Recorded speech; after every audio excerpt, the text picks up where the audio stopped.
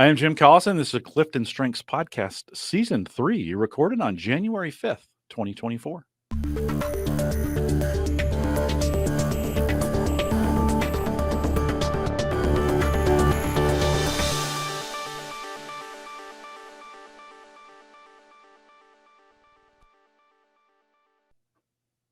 In this CliftonStrengths podcast series, we'll look at how to feel more energized and motivated at work, one theme at a time. And today's theme is consistency. If you're listening live, love to have you join us in the chat room. Or if you're listening after the fact, you can always send us an email with your questions, coaching@gallup.com. Dr. Jaclynn Robinson is our host today. She works as a senior learning and development consultant and has joined me for season 1 and 2 of the CliftonStrengths podcast, where we looked at well-being at work and our CliftonStrengths role-based reports, one theme at a time. And Jaclynn, always great to see you. Welcome back. Thank you, and happy Friday.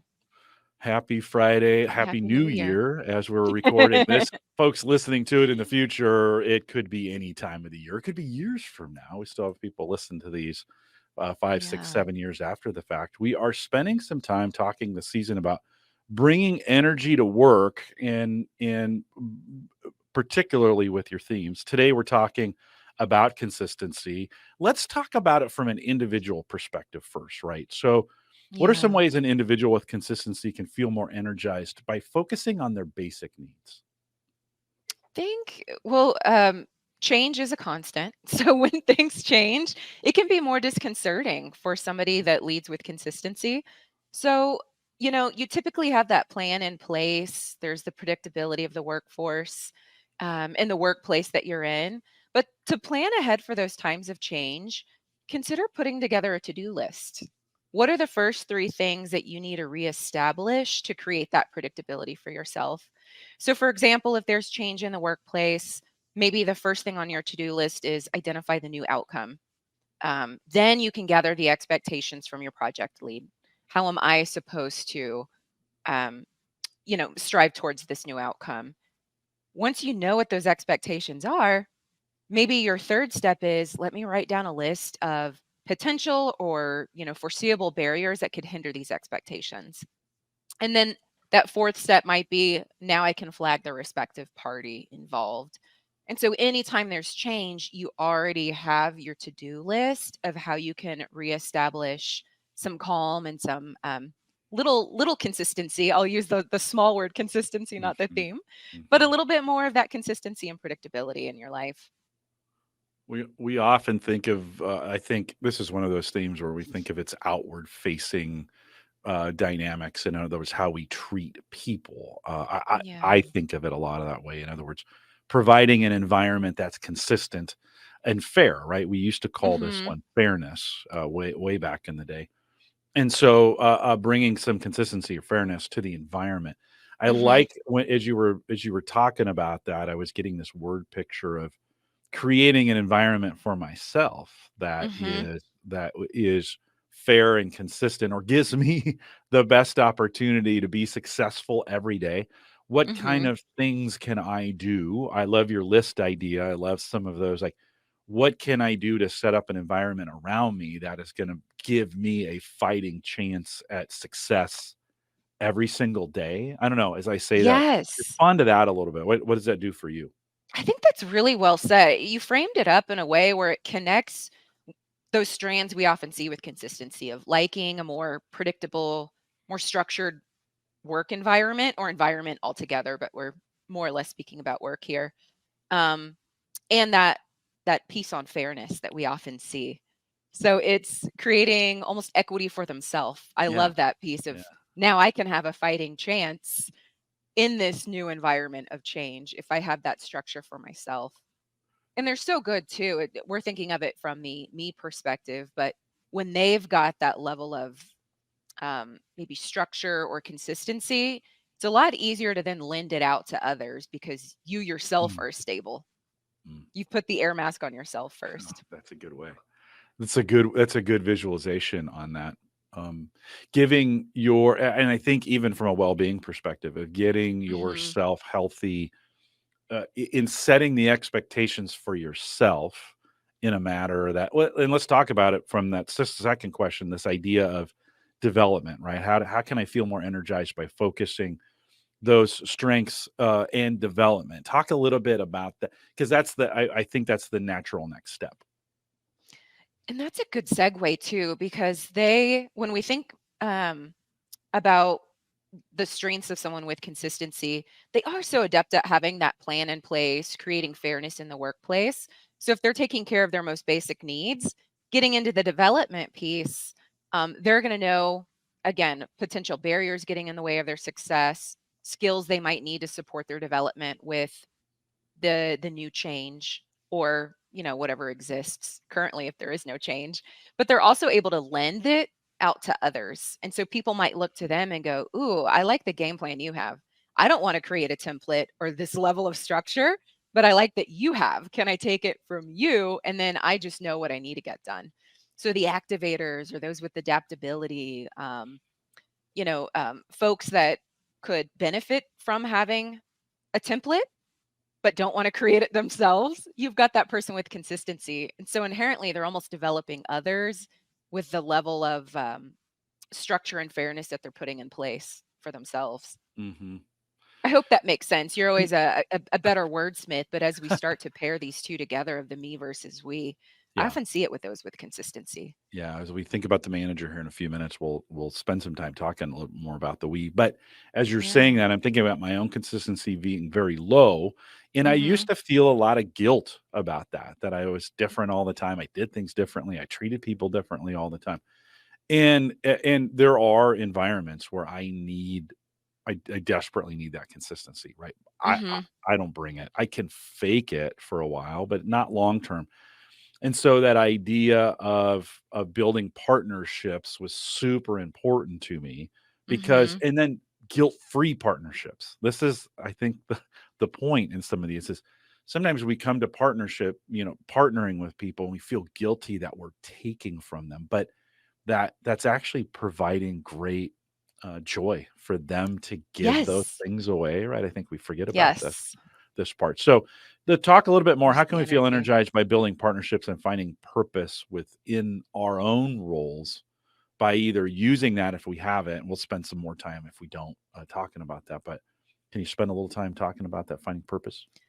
Yeah, when I think about partnerships and purpose, because someone high in consistency has a higher standard for rules and guidelines, they often earn the trust of others because others know that they're not going to change their thoughts or opinions and just kind of, as we might say in the US, fly by the seat of your pants, where you're just changing your thought process based on the person or based on your emotions for the day.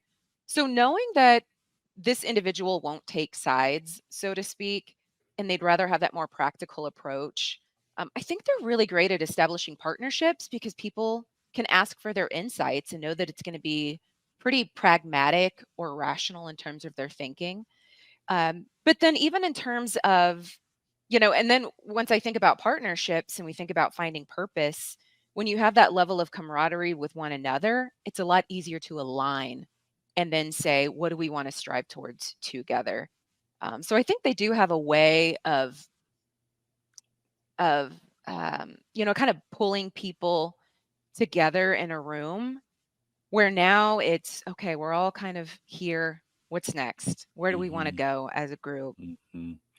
To level that playing field, to getting it to a That's level it. of again, we continue to use that word fairness in this, but to get to that spot, I think we desire that in group settings. We desire Mhm. that in teams, or as we're working with individuals, to say, hey, be on equal footing on this, whether that's mentally or emotionally, the hard part Mhm. is, right, as we think about sometimes in these partnerships, they get imbalanced because there may be some themes that have to be used more than others in the Mhm. task that needs to be done. And I think this is an area where those with high consistency can continue to bring hey, this is working.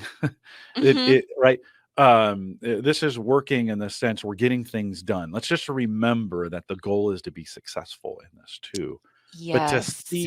to be able to see that inconsistent, or to be able to see that, like, hey, this might be 70-30, but that's okay because this is the task that we're doing right now, and we're leaning into this. This is where I always felt guilt, right? When I was on the 30% side of things, but knowing Yeah.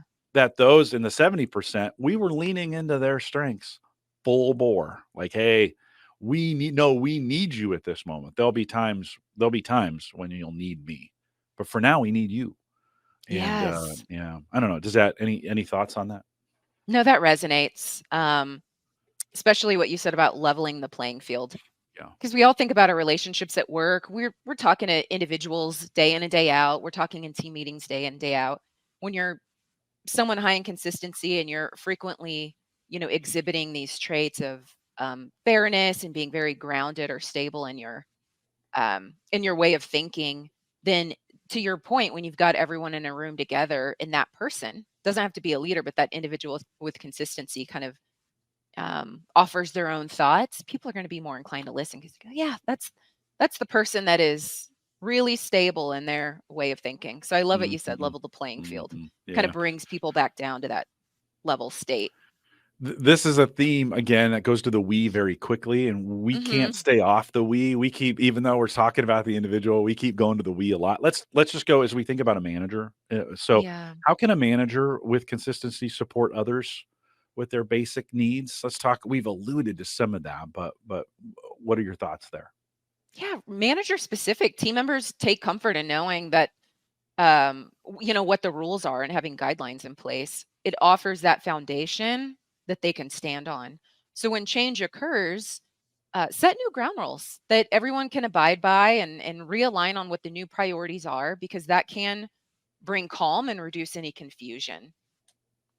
And some of these, if you're listening and you have consistency, you might say, "Oh, I do that." That might be a way of just confirming, "Oh, yeah, okay, this is something that I do and bring to the table, and maybe this is where it shows up for me." Do you think with that, the value, the term I'm thinking of is the value of the reset? In other words, Mhm. working with teams of saying, okay, it's different now. Let's reset together and make sure we're all on the same page, that this is Yes. no one's being left out. I know that sounds like includer, but no one's being left out, or we're here's where we are right now, thinking of a reset Mhm. with that.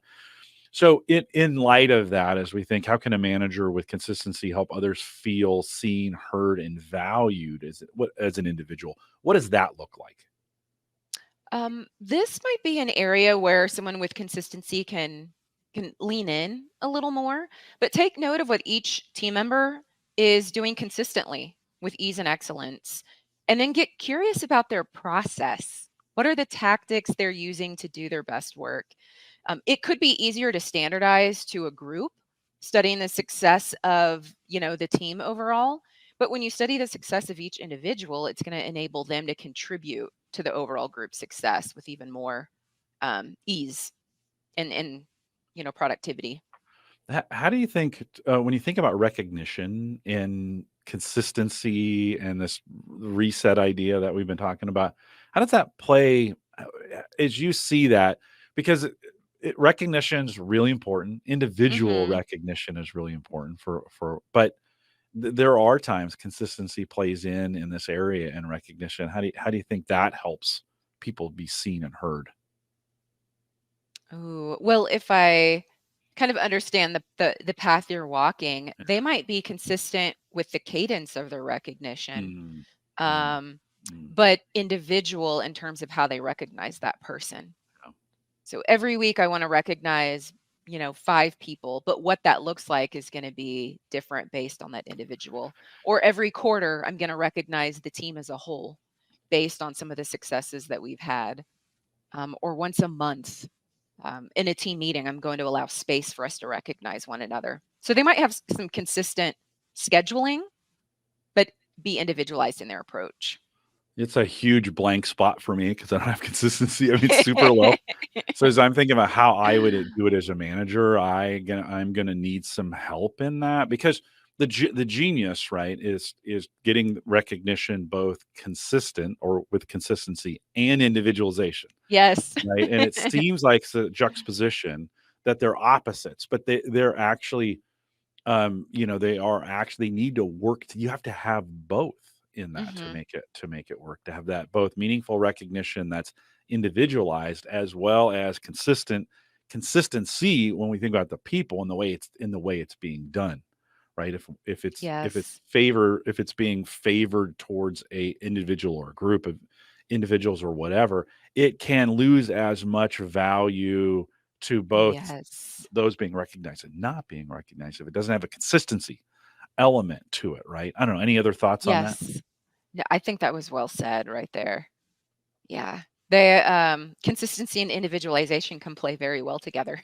Should Well, they play well have to. together when it comes to recognition. Yeah. Yeah. Yeah, the genius is It's a making it. need. That's the hard part. Like, this is the hard part of that. This is if ever it was easy, anybody could do it. And so Mhm. we need to the hard part is making those 2, work together. Well, as those are working together, as we think from a manager perspective, how can a manager, with consistency build trust, inspire, and deepen team collaboration and community? You teased a little bit of this out earlier when we were thinking about the manager with basic needs, and making sure everyone feels aligned and is giving their thoughts. So in this case, rather than give the team rules and guidelines for projects and tasks, get the team's opinion and allow them to design the plan when those opportunities, are allowed or are something that you're capable of. So what protocols do they want to put in place? How often will they meet and align on the work? What does success look like to them? How do they want to celebrate their success? Mm, So instead of always creating the rules and the structure, really open it up and allow them to have their opinions count and allow them to come together as a team and create those partnerships and inspire one another through the motivation and the recognition that they want to put in place. mm. Yeah, I love that. I continuing to think through just as you think about collaboration in that, and this may be a collaborative superpower in some ways. Hmm. I think sometimes while we think consistency can slow things down because we've got to do some leveling, right? In this Yes. analogy, however that works out, they can be an accelerant once things are in that state, right? We have to Hmm. spend a little time sharpening the axe, so to speak, in the Great way leveling, of putting it. getting prepared, getting ready. It may be one of those preparation themes that gets us ready so we can rocket out of the gate. That wasn't a good analogy. Those were two separate analogies. Burst out of the gate on that. How do we think? How so? Last kind of question then. How can a manager with consistency support growth of each team member then? Because that doesn't sound like consistency, right? That sounds like individualization, but I know. talk a little bit about that. Well, they can be consistent with the timing of those one-on-one developmental check-ins. But going back to that individualized piece, they still need to individualize with each team member's career path. But maybe there's specific questions that they ask that are consistent across the board to some degree. But they could inquire about recent challenges that the individuals faced at work. If the challenge is ongoing, help them identify a pattern or a method that's worked for them in the past with similar challenges. That's one of our coaching tactics. Let's study success. And then in this way, they're actually giving everyone an equal opportunity to thrive and succeed. Jacqueline, I think I'll say on this from a community perspective, I definitely lean into individualization on the side. I lean towards the way I run the community and Hmm. the way we do things. But I have to say thank you to those in the community with high consistency who've held me in check to say, Yeah. Jim, you know, you could think about it this way too. And I love that partnership to be able to, and we need those things, right? That's the power of bringing, I think, in the manager and in the growth of each team member, of having the boldness to say, I know you're thinking this way, friend. Think about this way as well. Sometimes people come at me Hmm. kind, sometimes not so kind. But I do appreciate the feedback that you bring to me, helpful to me and in my growth. I guess I'm saying this to say, those with high consistency, we need you to come at us sometimes and say, "Hey, I need you to think about. I'm seeing this. I need you to Yes. think about that." Right, and I think it's super beneficial as we wrap this up. Yeah. Jacqueline, final thoughts on consistency for us? Well, I think consistency can be underestimated for the level of trust and stability that they can bring into the workplace. because we automatically connect it with fairness. And part of that fairness is having rules or guidelines or a little bit more predictability. And so, to those high in consistency, I think you do, as you mentioned, Jim, a lot of folks a favor in showing up and being your authentic self, because whether you might see it or not, visibly, you're creating some of that